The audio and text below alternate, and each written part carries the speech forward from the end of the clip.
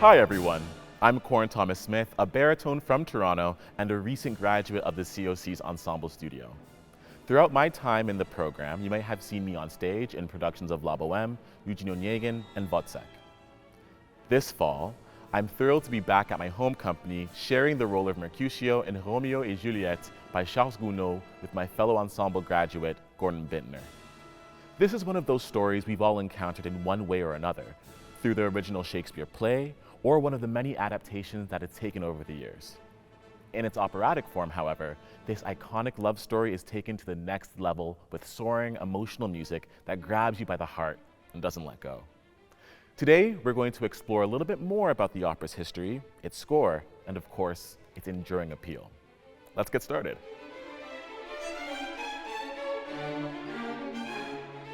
To set the stage for this opera's creation, French composer Charles Gounod found himself at a bit of a crossroads. He saw incredible success with Faust, but his most recent productions weren't winning any new fans with audiences and critics. After years pondering an operatic version of Shakespeare's classic, Gounod finally received a commission to adapt Romeo and Juliet for the operatic stage, and he put his whole soul into the project. Isolating himself in the small coastal town of Saint-Raphaël in Provence, so he could write completely undisturbed, he finished a first draft of the score in less than a month. From there, despite difficulties in casting the lead tenor and a rewriting of the show's iconic final act, the opera saw immediate success at its premiere at the Théâtre Lyrique in Paris in 1867. Beyond the local Parisian audience, the show was an instant hit for visiting tourists and dignitaries who happened to be in town for the 1867 World's Fair. Since its premiere, Roméo et Juliette has become a frequent favorite for opera houses around the world, a dramatic showcase for some of opera's greatest love duets. And it now returns to the COC stage for the first time in over 30 years.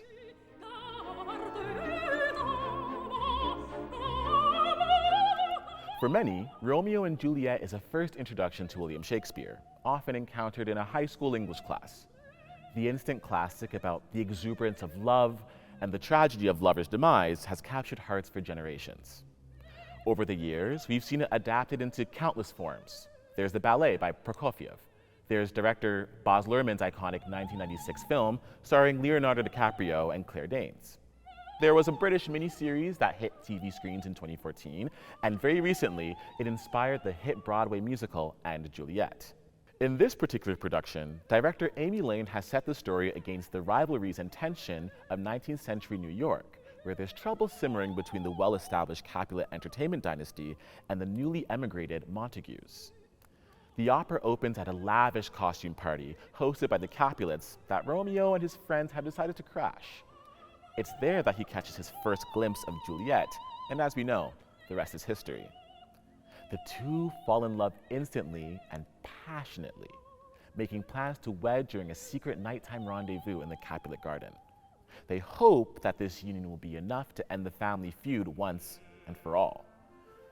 But not so, spoiler alert, their plan, involving a sleeping potion and a crucial delayed message, all culminates in one of literature's most tragic endings.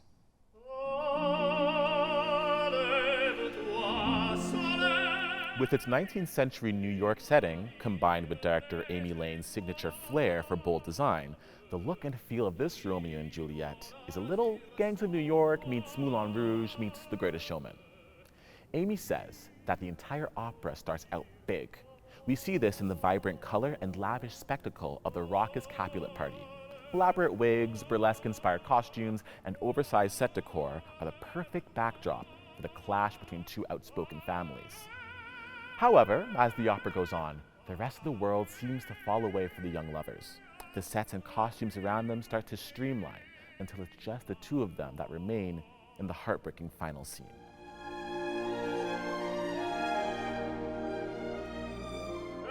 Roméo et Juliette was composed by Charles Gounod and is a perfect example of the French grand opera style. There's plenty of grand spectacle, an expansive score, and a core focus on a central romantic plot. One of the best-known musical highlights from this opera includes the lively waltz, Je veux vivre, or I want to live, sung by Juliette.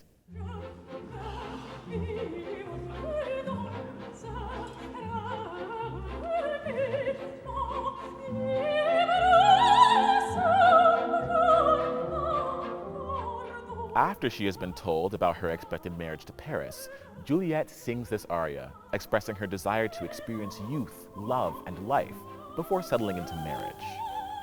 But, leading into its reputation as one of the most romantic stories ever told, the opera also boasts 4 duets performed by its title lovers.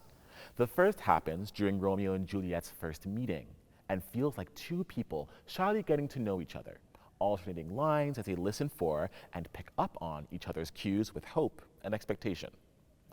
The second takes place during the iconic balcony scene, with plenty of intertwined harmony representing their souls becoming one.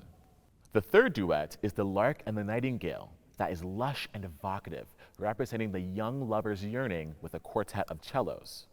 While the first 3 duets feature Romeo and Juliette's voice in close harmony, their final duet, at the heartbreaking end of the opera, sees their voices truly fusing into one in defiance of the fate that awaits.